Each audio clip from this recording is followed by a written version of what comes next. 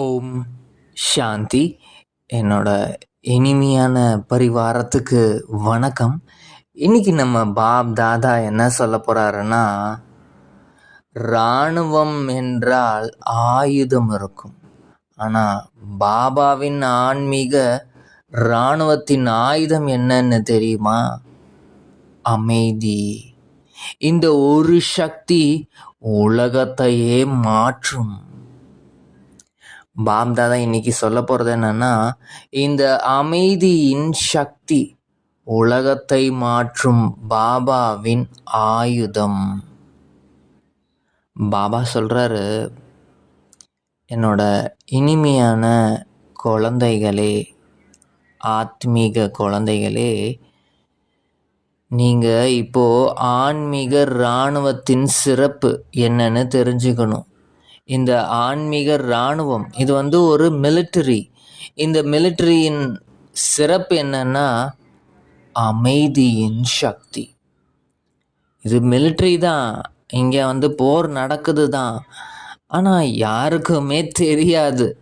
அதனால் இன்னைக்கு அனைத்திற்கும் அதிபதியான பாப் தாதா தன்னோட சக்தி இராணுவத்தை பார்த்து கொண்டிருக்கிறார்.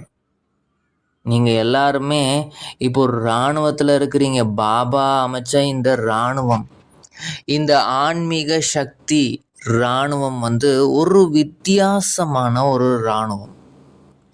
இது ஒரு ஆன்மீக இராணுவம்னு சொல்லலாம். ஆனால் இதனோட மிகப்பெரிய சிறப்பு என்ன? இது அமைதியின் சக்தியை கொண்டுள்ளது. இது ஒரு அஹிம்சை இராணுவம், நான் வயலண்ட் ஆர்மி. இது உலகத்துக்கு அமைதியை வழங்கும் இராணுவம். பாப் தாதா சொல்கிறாரு.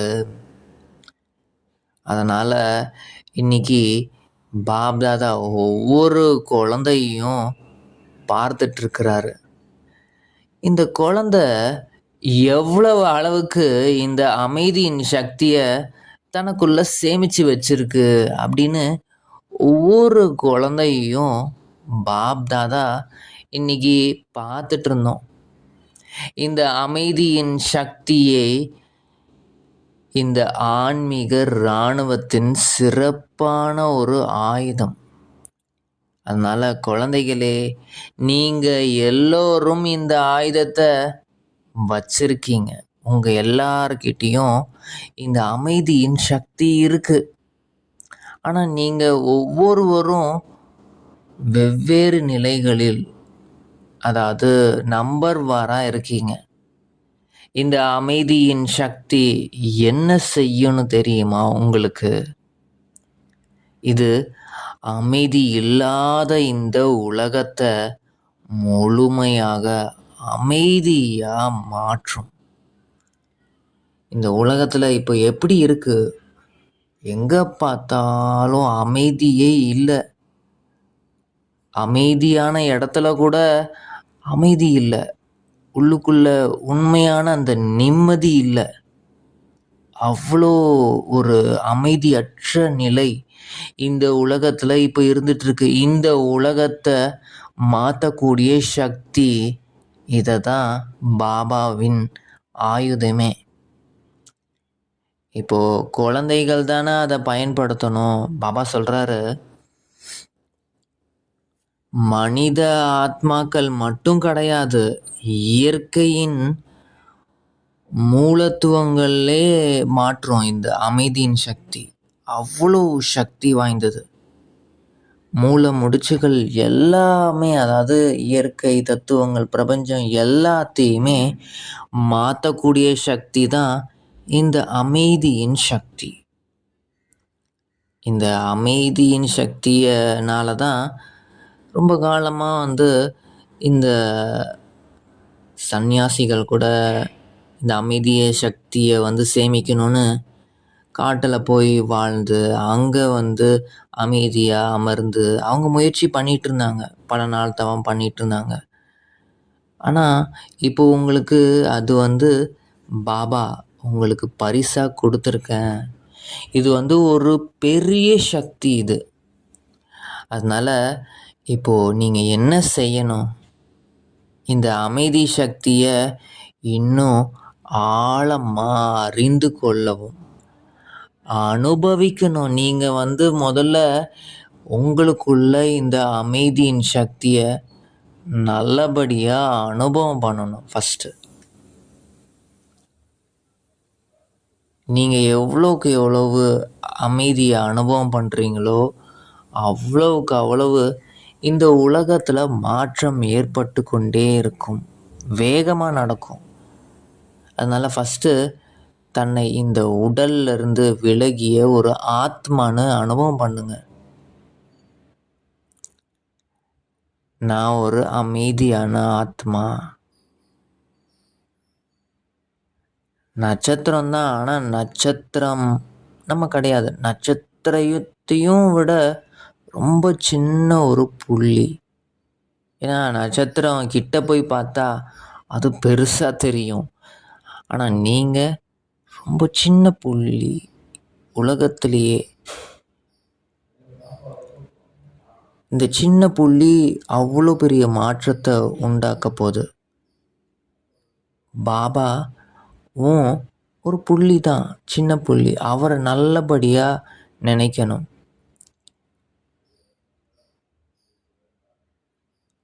அவரோட ஒளியின் சக்தி, அமைதியின் கிரணங்கள்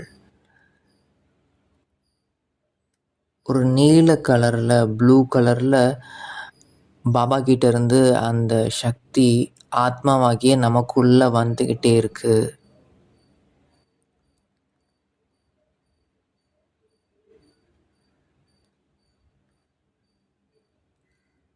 அது நமக்குள்ளே அப்படியே வந்து அது அப்படியே ஸ்ப்ரெட் ஆகுது. நாலாபுறங்களும் பரவிக்கிட்டே இருக்கு.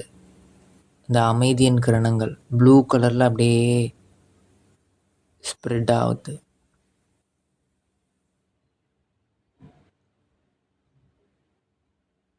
பாபாவை நல்லபடியாக நம்மளோட மனக்கண்ணால் பார்க்கணும்.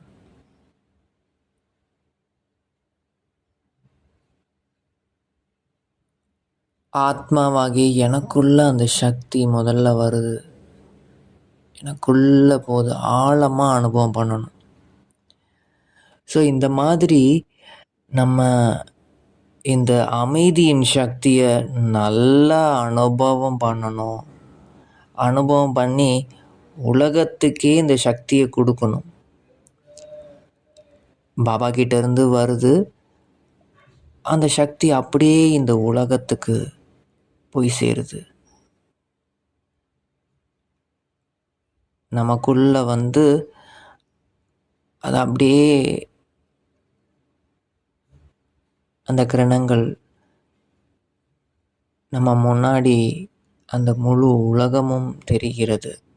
உலக உருண்டை அந்த உலகத்தில் இருக்கிற அனைத்து ஆத்மாக்களுக்கும் போய் சேருது.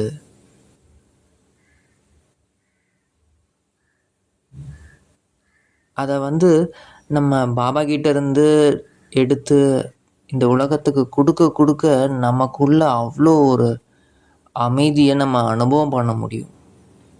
அதனால் பாப்தாதா இன்னைக்கு சொல்கிறது என்னன்னா, என்னோட இனிய குழந்தைகளே, நீங்கள் இந்த சக்தியில் அதிகமாக சக்தி வாய்ந்தவர்களாக ஆகும்போது நீங்கள் தொடர்ந்து இந்த அமைதியின் சக்தியின் மகத்துவத்தையும் முக்கியத்துவத்தையும் அனுபவிப்பீங்க.